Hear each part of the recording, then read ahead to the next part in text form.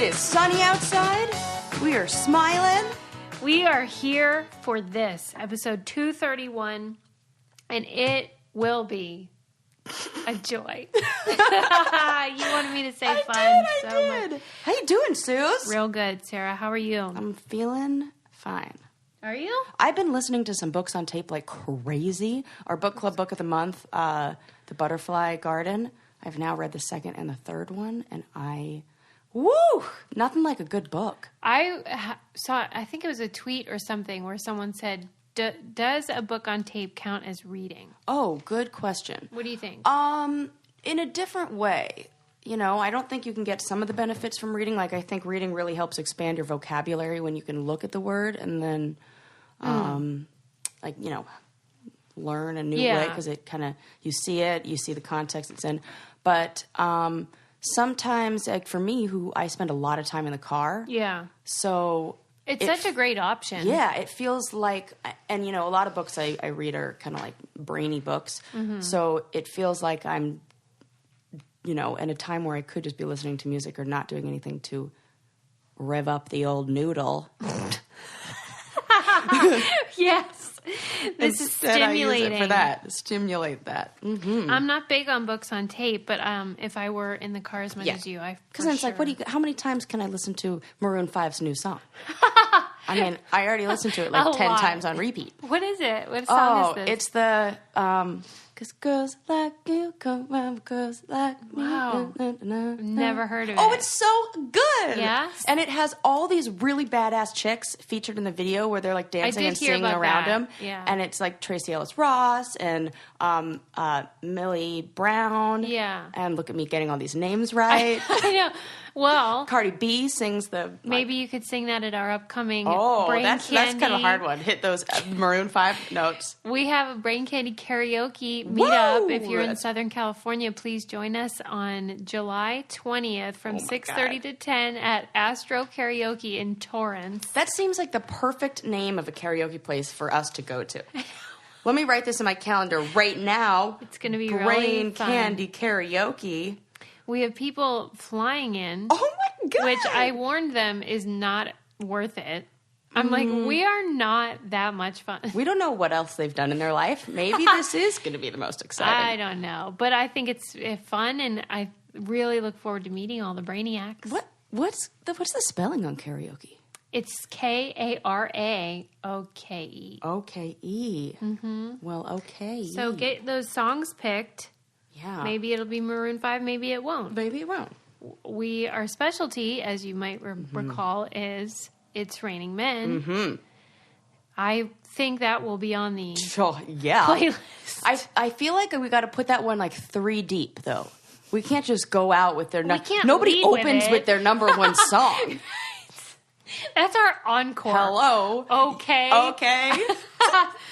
Yes, oh, man. Yes, that's going to be fun. So if you're in the area, please do come. And you can email Dahlia, Dahlia, at thebraincandypodcast.com and RSVP, just so we know. It's free, but we just need to know how many people to expect. We bring you free events, people. Yeah, right. And we were talking recently about how we were not invited to the... throwdown events for the challengers. Yeah. We are banned. I don't want to go, but Sarah does, and she is banned. I can play a mean game of volleyball, people. Yes, Bump Set Spike over here wants to play. Nobody will let her, and it's for charity. That doesn't make sense. Nobody will let her. Okay, are you ready to get into brainy stuff? Dude, I was born ready for brainy stuff. Let me see where I want to start. Okay. Ooh. It's so hard to choose. Ooh. I was reading about the history of counting. Oh, do we need where's our history music? Okay, here we go. Uh-huh. Have you ever wondered? I have. Where numbers came from? Actually, Suze, I have. It's quite complicated. Hold on.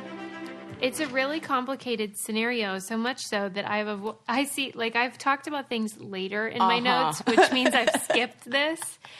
And I think it's just because some of it doesn't make sense to me, which is probably because it's hard for historians to know. I always find that like when they don't really know what they're talking about, it's hard to learn the information. That's true. So was there a time where there was a switch where we all of a sudden, I mean, we know I'm familiar with like, Roman numerals. And so different parts of the world, they did different things. And so like it was dependent upon what types of items were around you. If you lived in Asia, then you tend to count based on grain, like the number of grains that you might find. That would be the marker and the word that they would use.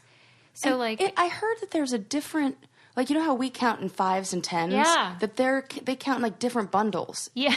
It's called base, like base 10 is what we use. Yeah. But there's a base 60. Okay. Some cultures do. I don't have that many fingers. Right. Ours seems the most logical. Just because of 5 fingers, 5 toes. But then almost, is that a crutch? Because now you're learning based on the number of digits you have, not based on something that is a little more, I don't know, abstract that you can kind of Well, the Babylonians used base 60, and we see remnants of that in the hour. Yeah, totally. And minutes in an hour, and then 360 degrees is based on that. Okay. It kind of gives me goosebumps. Why? Because it feels like that feels like the math of the universe. Totally. 10 and 5, that doesn't, I don't know. That's fingers and like toes. fingers and toes, yeah. Like, might as well just use teeth, forget it. Yeah. But when it's like hours and minutes and all that stuff lines up and degrees and like the math, it feels like pyramid shit. Yeah. I'm into it. Anytime that it involves like the areas outside of the Earth, like the moon, the stars, other things, then it seems more legit. Yeah, totally. Or universal, if you right. will. It was talking about how in Mesopotamia, they didn't have the concept of zero. The idea of nothing is an advanced concept. So the numbers 50, 5.03, 53, and 503 all were written the same. So context was critical. Oh my gosh. Okay, so that would make sense. So if you were talking about, say, grains of rice, you wouldn't be talking about 5.03. Yeah. You'd be talking about like 503. Yeah. Wow. But whoever thought of that the idea of zero was complicated. But I guess if you were explaining it to a kid, what's nothing? Right. What's the absence of something? If I have like 5 apples, then I take 5 apples away from you. How many apples do you have? Right. No apples. Yeah, seems but that's like so you're saying it seems obvious. It seems obvious to me. But then maybe it's like more philosophical than that, where they're like, well, really, you do have something. Right. You have your health. It was the friends you made along the way. Right. The sun is shining. And then they talked about how Egyptians used hieroglyphics to represent powers of 10. So there's a 10 thing. One was like a stick, which is what we use still. A stick. Totally. And 10 was a heel bone. Question, is 2 a duck? Why? Because I feel like it kind of looks like the neck of a goose. Like maybe we kind of adapted it from... That would have been cool. That would have been really cool.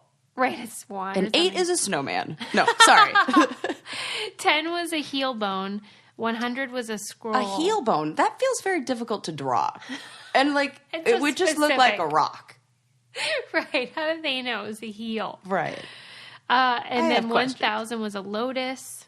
Oh, that's and pretty. And for some cultures, it was, instead of having numbers, it was just 1, 2, and many. I'm for that. This is tiring. I'm down for that kind of numbering. 1, 2, and... I don't know, some other number that's like bigger than that. It was a lot. Is it because you consider yourself a verbal person more than a numbers person? Ooh, I don't know. I would say I'm more of a visual person than verbal or numbers. But because I have that, crazy color thing. Yeah. So it's more of like a visual representation of what the numbers are than like verbal or a symbol. Right.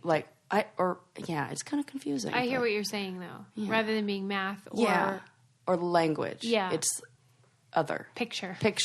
Yeah. But they said this thing in the article that, you know how when you'll see something in the article and they'll act like it just makes perfect sense? Right. And you're like, wait, what? Yeah. We've run into that a few times. It said they know that numbers came after words because and this was their evidence. I can't wait. Because for the number 2, we have lots of words. Duo, pair, couple. How does that make sense? Wait. Okay. Yeah. So we know that numbers came after language because we have multiple. Okay. Right? So hold on. This just in, we're still confused about numbers. This makes no sense. I think it's because if numbers came first, then we would call it. Oh, we still do. It makes they were just like, yep, anyway, moving on. I need you to explain that one because maybe a listener out there can I don't know, DM the Brain Candy a really long explanation of this because it's one of those things, that riddle, brothers and sisters, I have none, but that man's father is my father's son, where it's like, you can get it, it's easy, but you need to be like, wait, hang on a sec. Okay, slow down. Guy, her father, and then you're like, oh, okay, got it. His, but so I think it's one of those. What's where the you answer? gotta, that it's me or something? No, it's so. Forget. If you have no brothers and sisters, that man's father is my father's son, so it's his son. So it's his son in the corner, and the guy who answers the door is the dad. Oh, okay. Yeah, got it. This just. Oh. I'm gonna do a lot of this. This just in, it's his son. Riddle solved. Oh, God, I love it. Oh, I love your bra you got going on under there. Thank you, Sarah. I wish that could be a great segue for something. I was looking at that. That's cute. It's brand new. Yeah, I like it. I'll talk about it on another episode. Sure. But instead, I'll just talk about my shoes, which are Rothy's. Dude, I love them. I'm so obsessed. They're my favorite. I mean, let me give you the highlights. When Sarah's barking about something. Here's the highlights. Yeah. Most comfortable shoe I've ever worn. Yeah. Made from recycled plastic bottles. 1 million different cute colors to choose from. Machine washable. Right. There you go. What else more? What do you need? Right. If you're, especially like working women that have to do that thing where they wear like sneakers and then they have to bring their heels. You don't have to do that. Forget it. It's a great work shoe or a great looking cute shoe, but want to be comfortable. Like if you're going to the museum or the mall or anywhere you're going to walk a lot. These cute little ballet flats, some loafers, pointed toe. It's an everyday flat for life on the go, stylish, classic, comfortable. You know how we love, our loafers and flats. They're just so cute. Lots of colors and patterns, as Sarah said. And they really can be thrown in the washer. Yes. And after you do it, they come out looking like new, smelling like new, more importantly. We love Rothy's. We know you will too. And right now, Rothy's has an amazing deal for our listeners. Use code BRAINCANDY to get free shipping, no minimum, free shipping and free returns and exchanges on your Rothy's shoe. And trust me, you won't return them. Go to rothys.com, ROTHYS.com, and enter BRAINCANDY to get your cute shoes and free shipping. No brainer, shoes that are comfortable, stylish, and sustainable, and free shipping. Get yourself a pair today, rothys.com. Promo code BRAINCANDY to get this deal while it lasts. You got the red, pointy-toed. Flats. Yeah, the point. I got the flat. But I'm going to get the pink ones too because they're light enough. And usually I never buy light shoes, but I'm like, heck, if I can wash them. Great for packing it as well. And they fit flat. All right. Well, we got a lot of news there on that one. So did you hear about the awesome success of Ocean's 8? I didn't know if it was successful. It makes me so happy. I was reading all these articles that was like, oh, I'm going to need you to do a news report. Oh. This just in, women at the box office are not poison. Right. I know. If Wonder Woman wasn't evidence enough. Right. And there were some others that I'm forgetting now that did so well. So, what are they saying? So it's opening weekend. I went and saw another movie it was up against last weekend, and so I was just interested, what are the box office? So they pulled in $41.3 million. And that's a lot. This doesn't count for inflation, but Ocean's 11 opened with $38 million. Wow. Ocean's 12, $39.2, and Ocean's 13, $36.1. I'm shocked. So Ocean's 8. Swooping in the big numbers too. Wow. Do you think it's like a date night movie or? I think, women are going to the movies. Yeah. And I think they, like you said, with Wonder Woman and all these things, they realize like, oh, dang. I'm so pleased. There is That's a great. big audience here, and I really want to see it. I'm really excited about seeing it. Because I just Who do you love? everybody in it. Yeah. Oh, Sandra Bullock, hello. I always say that she and love her. I think that we would be good friends in real life. Uh-huh. But it's like, everybody she's a thinks celebrity. that. Right, she's so adorable. I do love Kate Blanchett. And her yes, and suits. Rihanna. Right. And Mindy Kaling. I mean, everybody's good. Yeah, there's really no duds in that group. Okay. Well, that's exciting news and good for ladies. Yeah, I really liked that. Did you read about the man that spent 2 years planting flowers for his blind wife? So she could smell them? Yeah. And this is cute little, I think they're Japanese, cute little Japanese couple. And she went blind and she was depressed. Oh. And so he spent 2 years planting like a gazillion purple pretty flowers because she liked the smell of them. Oh. And now she's happy every day. That's great. I mean, see, I think that's one of those messages that shows it really is the little things. Yeah. I mean, that was kind of like a big thing, but it's something that we kind of take for granted every single day.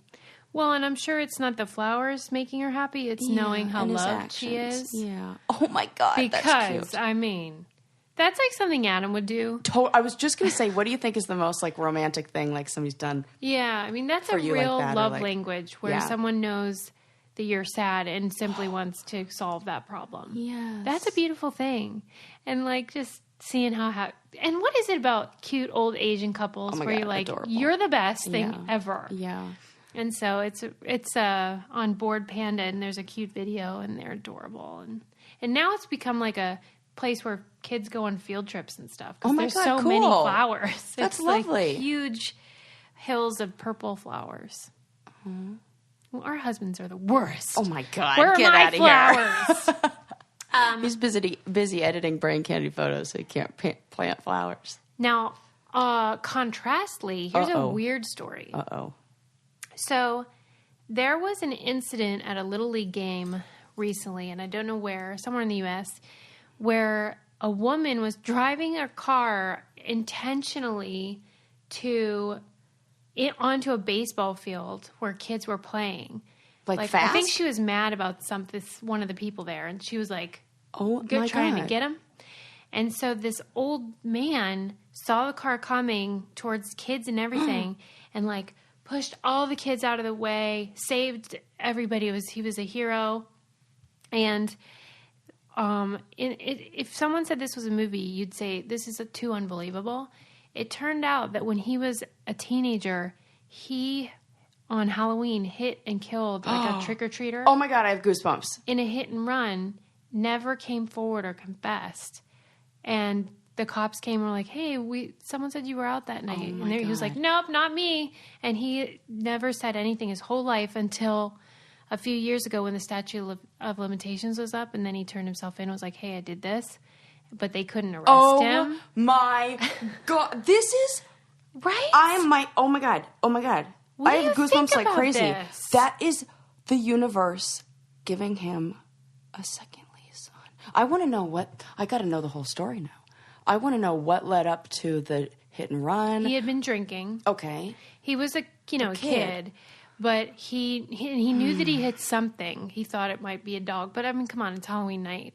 Oh my God. And the kid went flying. You know how that goes. And he died? Oh, yeah. Oh, shit. And so they, they didn't have enough evidence to arrest him. But then, what are the odds, though, that then 50 years later or whatever it is, Gets to save a kid from a car? a kid from a car. Weird, Oh right? my God. Like, that kind of stuff is just it creeps me out. That is like... because what are the statistical odds of that being... I mean, beyond... Beyond, right? Beyond. Yeah. Right. And, like, do you feel glad that he was able to redeem himself? Or do you feel like, oh, great, now he's a hero? No, I think that it doesn't matter what the public thinks. Mm-hmm. It matters what this guy feels in his heart. Yeah, he said he always did feel bad about it. So I think that this will do something to ease that, like, I don't know. Because I think in that situation, he's probably punished himself a lot.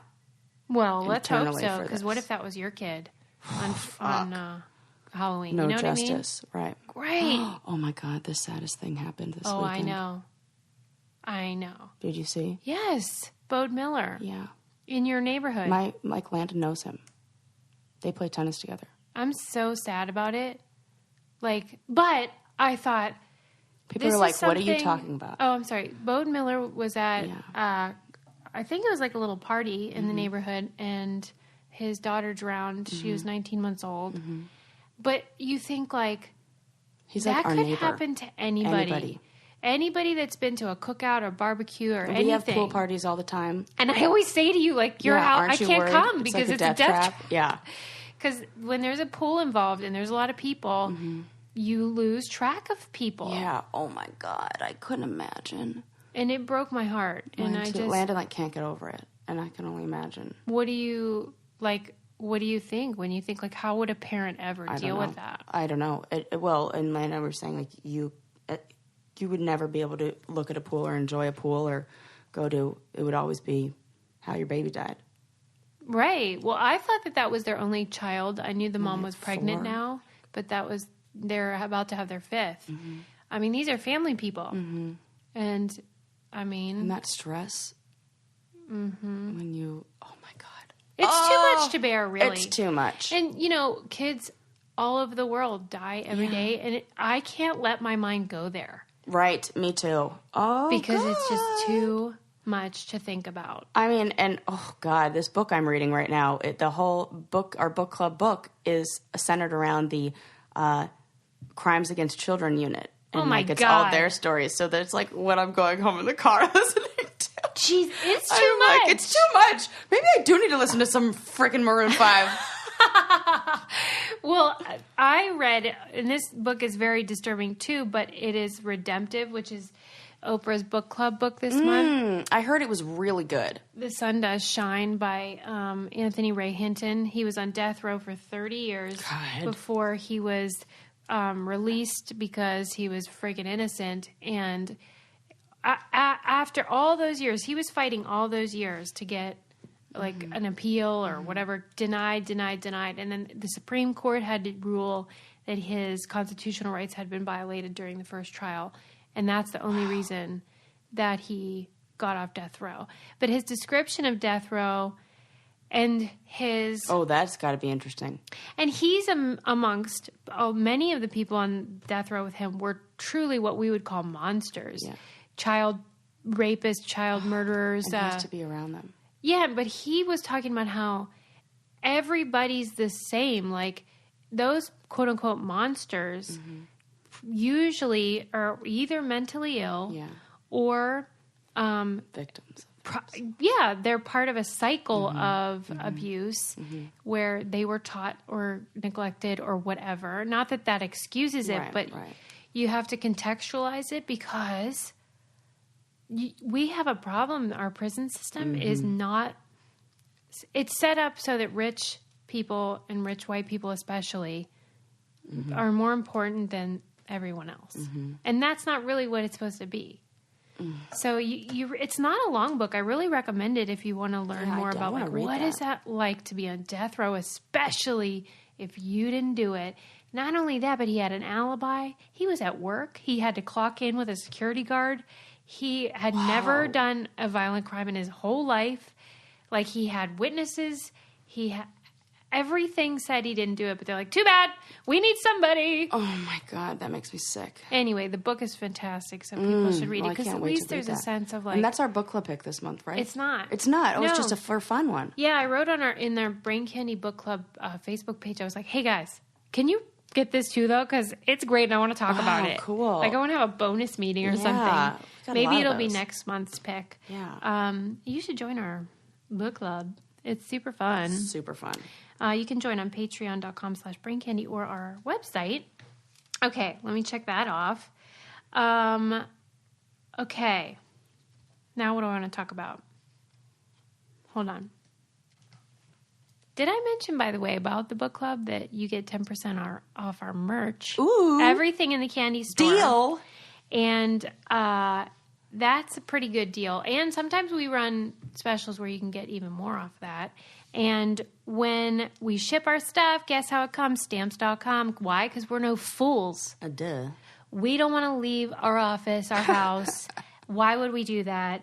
It's magical over here. And so we print out the postage right here, slap it on the package. I send all the pins that you guys win during our trivia events. And it's convenient, it's easy, reliable. It brings all the amazing services of the U.S. Postal Service right to your fingertips. You can buy and print the postage for any letter, package, or class of mail right here at your own computer printer. Makes it super easy. They'll send you a scale so that it calculates your exact postage. You'll never overpay. We use it because it's so easy. And right now, you too can enjoy the Stamps.com service with a special offer that includes a 4-week trial plus postage and a digital scale. Sarah's obsessed with that scale. I know. I love weighing things. She just weighs stuff she's not even sending. I'm like, oh, cool, 4 ounces. Go to Stamps.com and click on the microphone at the top of the homepage and type in Brain Candy. That's Stamps.com and enter Brain Candy. Okay, one of our brainiacs listens to Dax Shepard's Armchair Expert. Yeah, it's real cute. I only listened to one episode, but dang. She recommended that I listen to the one from a few weeks ago where they had an actual expert on who was a child psychologist. Oh. And I thought, wonder why she's telling me to listen to this. Do I sound like someone who needs a psychologist? And the answer is yes. And it was so great. First of all, you have to listen because I want to get your insight on it. What was the reason why what was their subject matter? Like a specific child? She was promoting her book, and I wish I could remember her name, but she's super cool because she was like irreverent, but also very knowledgeable. Love that. That's like right up our alley. Right up our alley. And I wanted to go over some of the things that she said that resonated with me and get your feedback. Yes. Oh, this is so fun. So she, of course, talked about sort of the history of parenting and how it's changed so much. Totally. As soon as we took minors out of the workforce. Oh, minors. I never thought about that. Because then kids were not useful, and now we have to actually put them on a pedestal and like treat them like they're magical and special because they're basically useless because they can't work anymore. She didn't say that, but that is so that interesting. That is like really the hit. Like I was listening to an NPR thing on it, but okay. Yeah. She was talking about how they're not useless. We love them. I know moms are going to be like unique. And she was saying how, of course, and since Dax is a dad, just how dads are so much more involved now, and it's a weird thing, and how obviously, let's say the 50s and 60s, dads were just working and they had their own lives and they knew nothing about their kids. They didn't know what grade they were in. They knew nothing. And then like in the... they didn't know what grade they were. They really even I'm said for that. Real. Like they were like... Maybe I think 6. they're like 5, 7 years old, something like that. And then the little in one. like the 70s, 80s, and even the 90s, like when women were working, even still, like it was the sense of like she's still the primary caregiver. Yeah. And now there's this thing where it's kind of, maybe not in all households, but in more progressive households, it is freaking 50-50. And nobody's calling it babysitting anymore. Yeah. Well, people still say to me, like, where's your husband? Crazy. Like if I go to a meeting, who has your kids?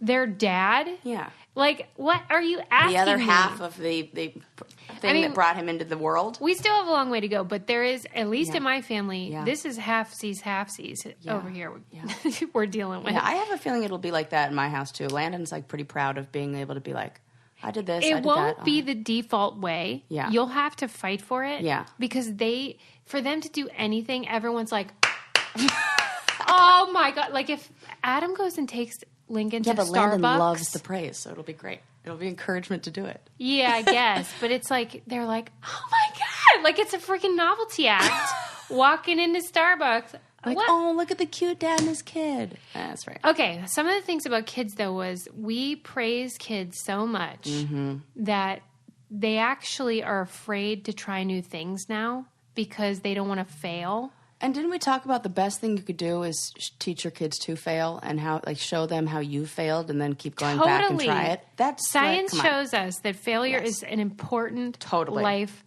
lesson and thing that everyone should go through. It is character building. Totally. And that kids are panicked at the idea that they might be bad at something because they're so used to everyone being like, oh, you're amazing. I feel a little bit like that too. Right. Because my mom kind of did that to me. But also because you're really competent. You're very good at a lot of things. So That's why I fucking hate tennis. I hate that stupid sport. What do you hate about it? That I suck at it. What do you like? Not tennis. No, I mean, how do you perform on the court? Oh, I see. I thought you said, what do you like? And I was like, well, anything but. So, like, Give me you a go out treadmill. there and what happens? Oh, I feel like I don't look cool. Like I don't have the form yet to be like Serena Williams out there. So I just feel like my limbs are going Not in. graceful. No, not graceful. And it's not a natural swing. My instinct is to swing like a baseball bat, and every ball goes over the stupid net. And I'm like, I fucking hate this game. And I'm like even Adam got the Sandler, outfits. and I throw like tennis racket is this close to getting thrown into the sand. Happy Gilmore. Happy Gilmore, like chucked into the freaking stands. So I'm like, God, this I have to this see. is so dumb. And then like everybody at the club is like, oh, but you know what? You just need a few lessons. I was like, no, they're miserable. I hate them. Wow. So, But the weird thing is she talked about how, like, even though we are constantly praising them, there's this weird dynamic where we're, like, hard on them, too. Like, we're always pissed off. Demand a lot, maybe? But we're softer with our pets than we are with totally. our kids. I believe that. Yeah. I'm like... I was even thinking about, like, my patience with the dog and, like, them, hopping in bed in the morning and things like that. And I bet it would be adorable with a kid, but, Yeah. But you're more tolerant of it because it's like, this is a big, dumb animal. Yeah, kind of.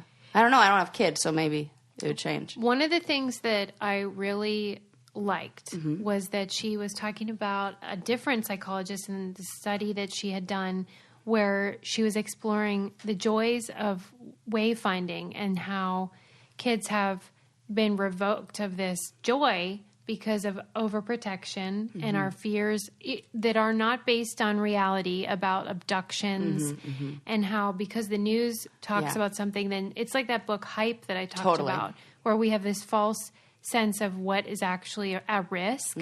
And so... like pools are far scarier than your child getting abducted from your neighborhood. And it said that the study, I think, was called The Antiphobic Effects of Thrilling Experience and how you should expose your kids to the following things. Ooh. Heights. Yes. Fire.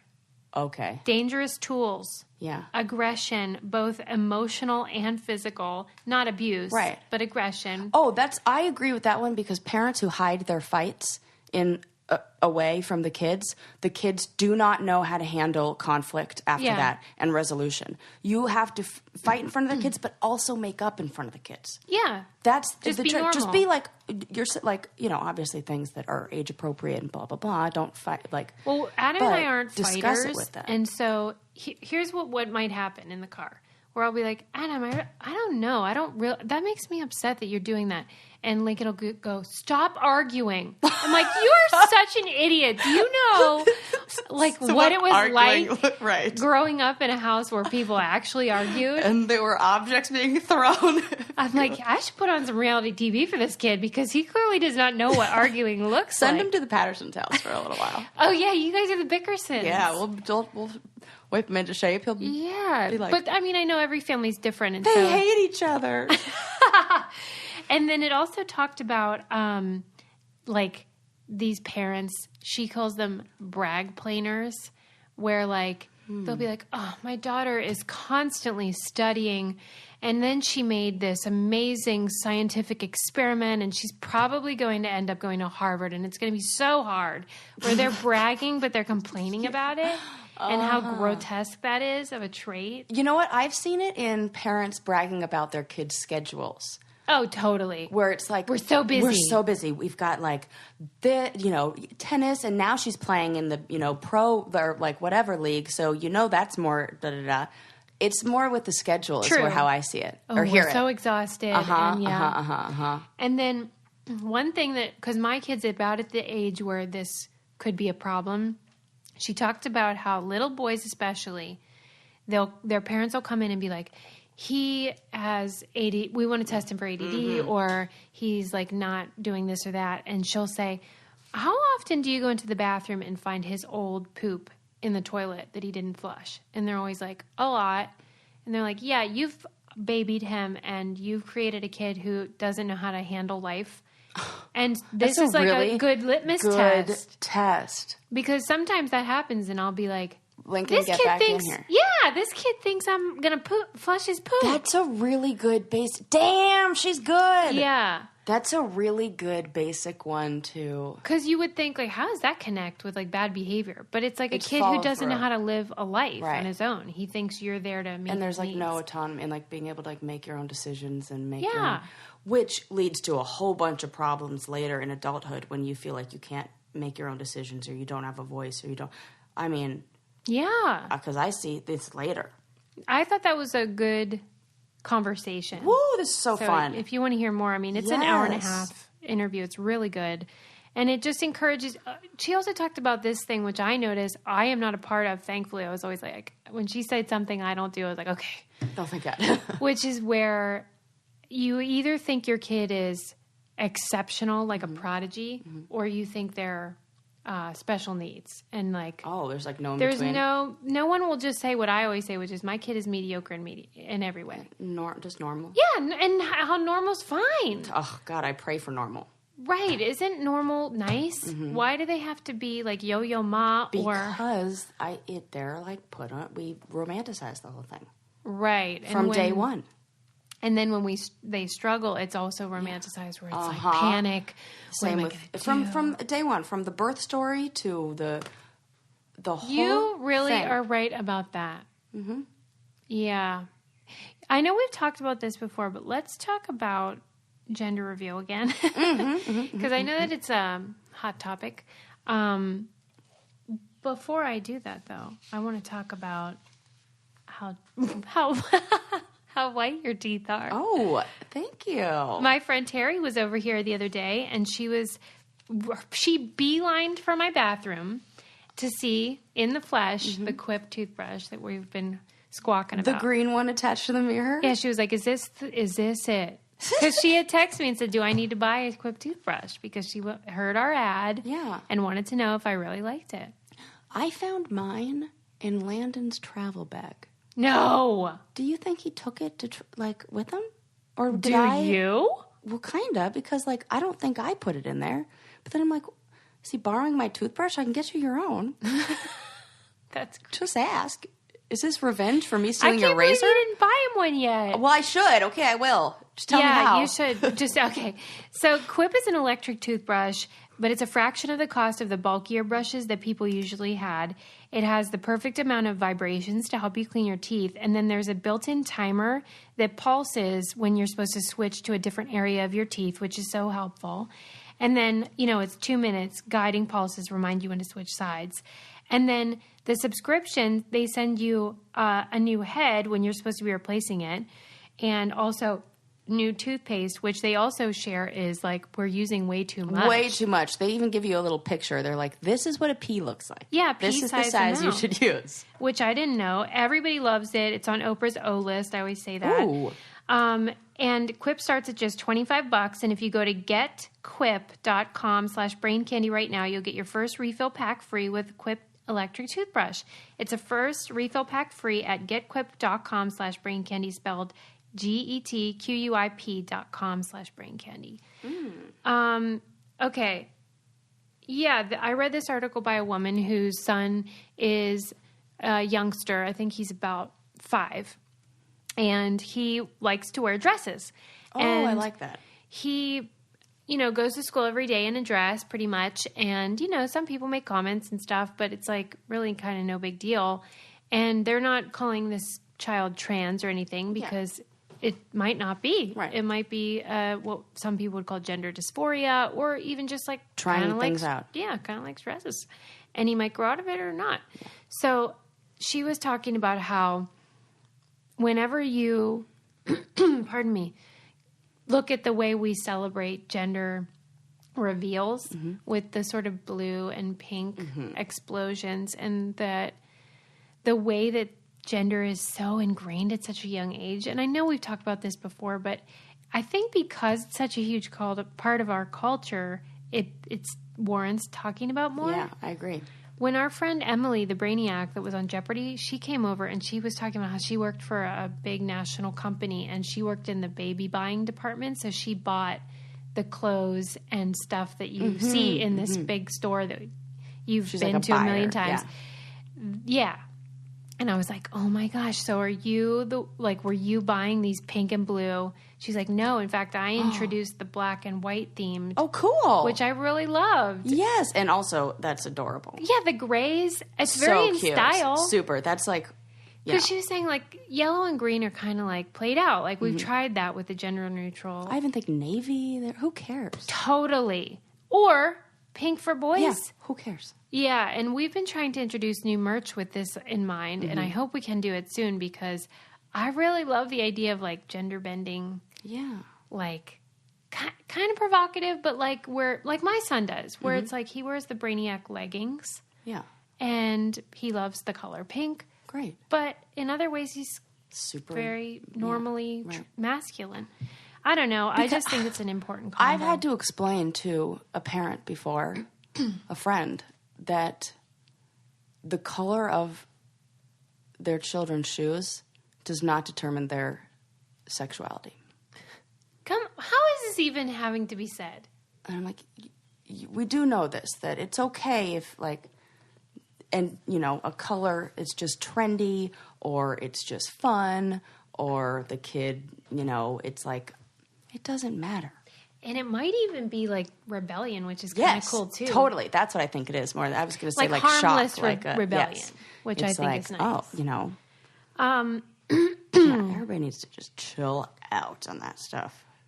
I read an article about changing the subject, how no one answers their phone anymore. Yeah, because nobody answers their phone. It was in the Atlantic, and I think that was the title, like why no one answers their phone anymore. Oh my gosh, okay, yeah. It was really fun because, you know, it plays upon the nostalgia thing, like only 90s kids will understand. Yeah. Because, you know, when I grew up, which I'm sure was a little bit different than you, but when I grew up, we had the phone on the wall with the cord, and then maybe got a cordless eventually, and then got a cell phone, whatever. And how when that phone was on the wall and it would ring and there was no answering machine or anything, you answered the phone. Not only would you answer, but it would be a race exactly to who would answer the phone, because you want. I remember elbowing my brothers out of the way to be like, "I'll get it," and then because if it's your friend, you don't want anybody else to answer that phone. And then, like, making sure there's nobody on the other line. Yeah, if you had multiple phones in your house, they like could kind siblings of listen who were, like, in. real nosy. Yeah. Jordan. And why do you, what's your theory on, like, that impulse when the phone would ring and we would all jump up and it wasn't like you would think, should we answer? There was absolutely mandatory to answer. Why that changed? I think it's the urgency or whatever the information was going to be, because making a phone call used to be a little more involved. You know, you'd have to be at the right location. You have to assume that the other person's going to be in the place you're calling. And then... And depending on where they were calling from, it could be quite expensive, even in your own city. Totally. And then, like, so anybody who chose to make a phone call, you knew that the information was going to be important. I feel like it's become so easy to make phone calls now that we're like, oh, well, you know, if it's important, they'll text me. They'll do something that's more immediate. So it's like, oh, what are they going to do? Call to chat? Like, you know, unless they call 3 times in a row, then for goodness sakes, answer your phone because somebody's in trouble. It's an emergency. Well, it was also talking about something we've all experienced, and I know you have this happen all the time. What? 90% of the things that come through your phone now are spam. Yes, they are solicitors. And it's, I don't even get it in English anymore. Yeah. Oh, yeah, yours are in some Asian dialect. Yes. It's in like Mandarin, Cantonese. On a future episode, I'm going to play something for you. I got a phone call the other day that said it was from Greece. Okay. The country. And so I thought, this is either going to be ridiculous or it's going to be like really interesting. Yeah, we'll record this. So I said, hello. And he said, Grandma? Oh, my God. Go on. And I was like, oh, I think you have the wrong number. And he was like, Grandma, you probably don't recognize me because I was in a fight.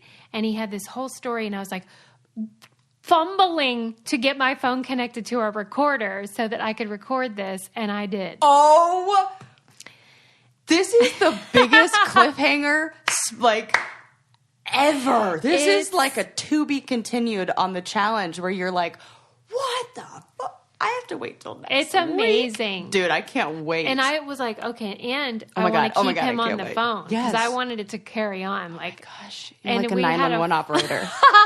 we had to keep him on the line. Because it was obvious to me very early on that this was a scam. Yes. But I thought, what is he probably trying because to get? of your young age. I would have been like, oh, this is definitely baloney. Has he seen this rack? Because at one point he asked me, like, if I could remember his name. Or, like, why haven't you called me by my name? And I'm like, why haven't you called me by mine? You know, like, I was, like, going on. And I was like, you know I've been sick.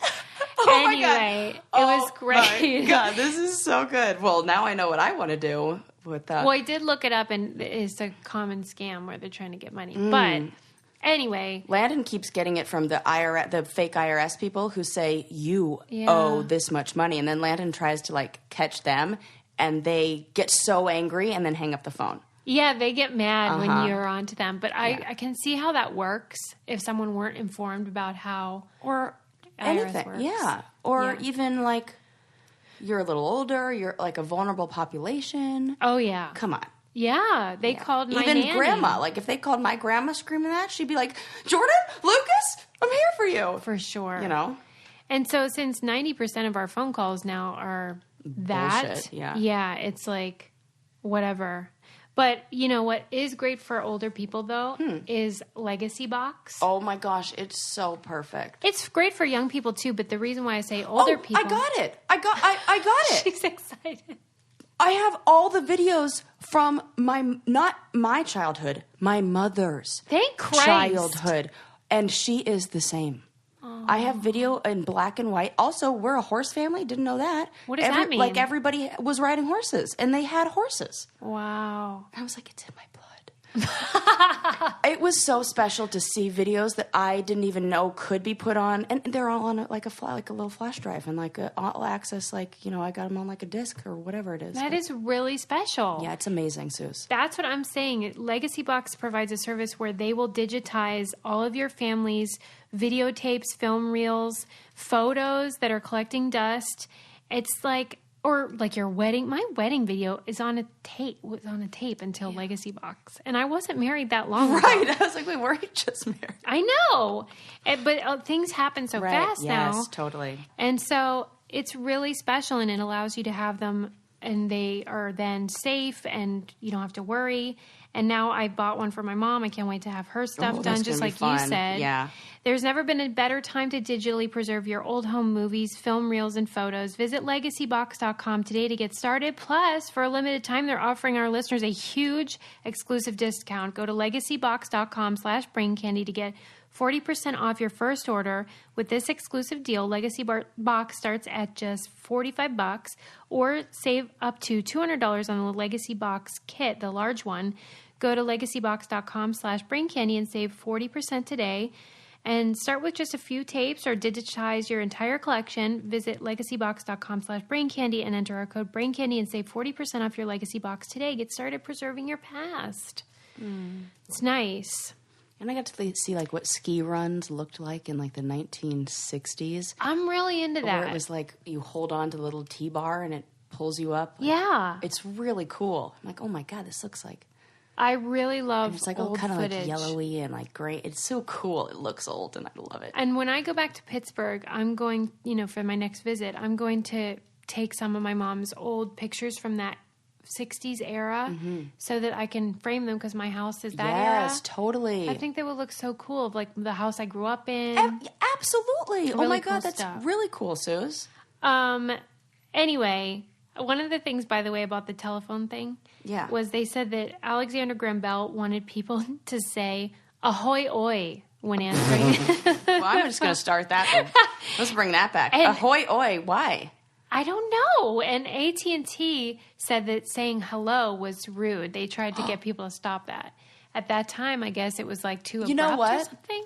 I was raised to not answer hello, that hello is rude. What did you say? Like, this is Rice Residence, this is Sarah. Oh Oh my God, so it was formal like, yeah, over we there. had to like announce that totally. Yeah, Rice Residence is sick. Is this bringing you back? Yeah, as I was saying that, I'm like, oh my God, I used to say that all the time. Here's what's fascinating. Rice Residence is sick, and I would say it like real fast, and then people always confuse me and Lucas.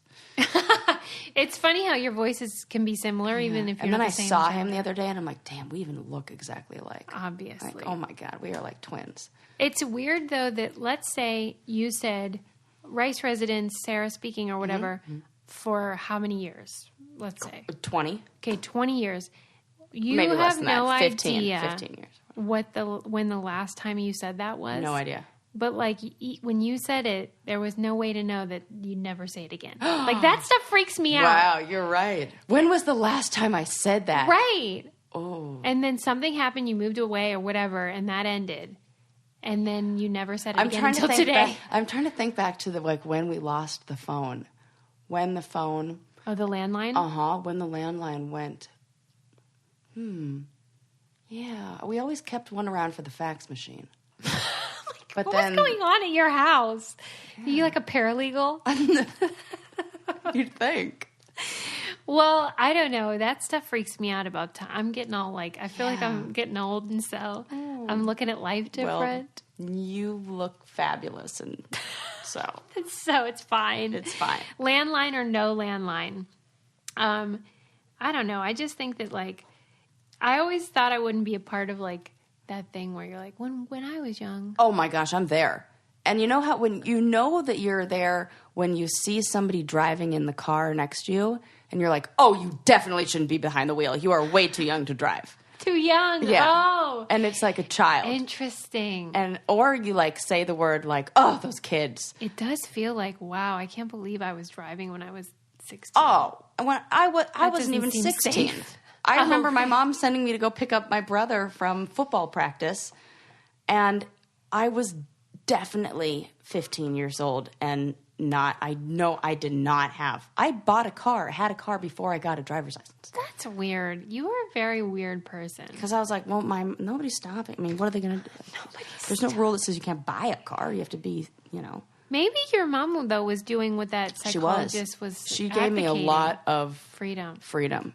And it made me not scared to go adventure and try new things. And I moved to different countries. Like, yeah, and you know don't what? have And phobias. remember and she always remember when we were telling the story about how I was lost in Venice? Yeah. And my mom was always like, make sure you're telling that right. Make sure you're telling it like that taught you a lot of lessons. So I think she was kind of teaching us in a safe way these sort of things. And I became very resourceful.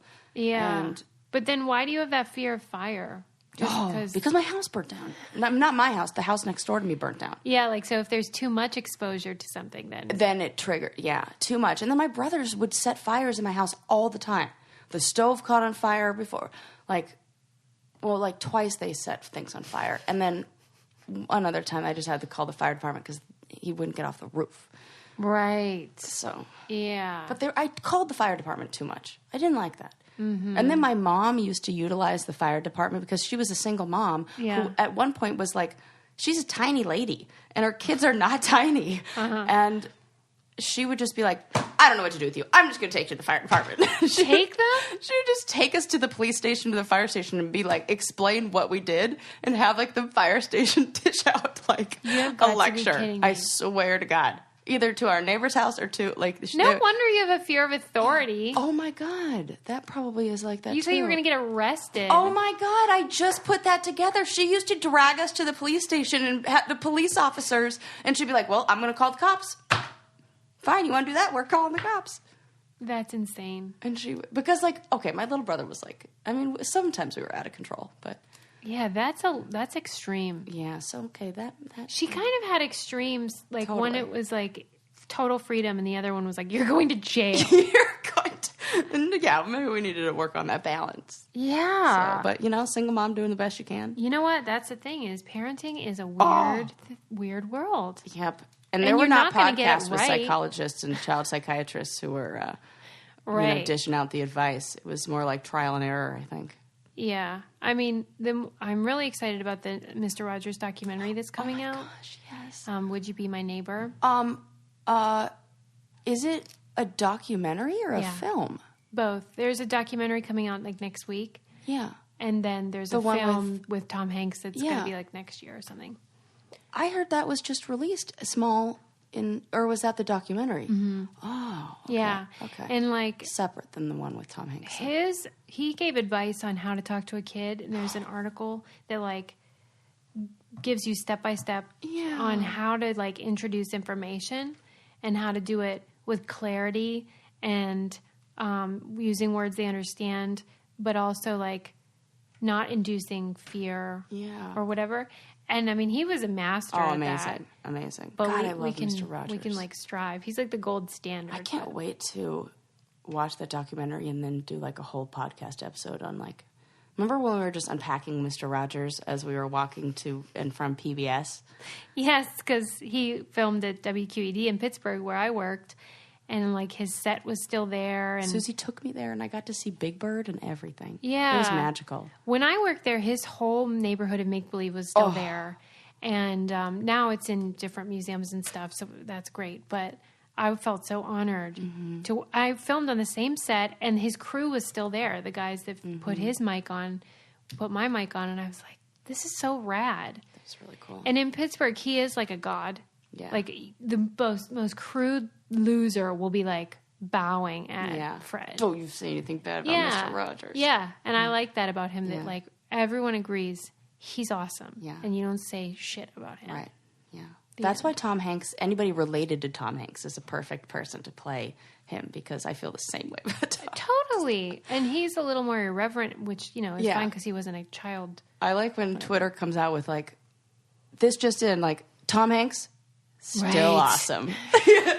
Not dead. They do it with him and Jeff Goldblum. Oh no, Jeff Goldblum's trending. Is this a Me Too thing? Oh no, he just got a really cool sweater. He's amazing. Yeah, he just came out with a new photo shoot and he looks great. Yeah, for the most part, I will say the people that have been like accused and gone down with Me Too have not been surprises. Right. So I'm thankful for really, that. Guy?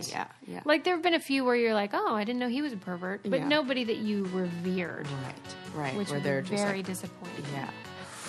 Right. Anyway, that's all for now. That's it. Love you. Love you too. Bye. Bye.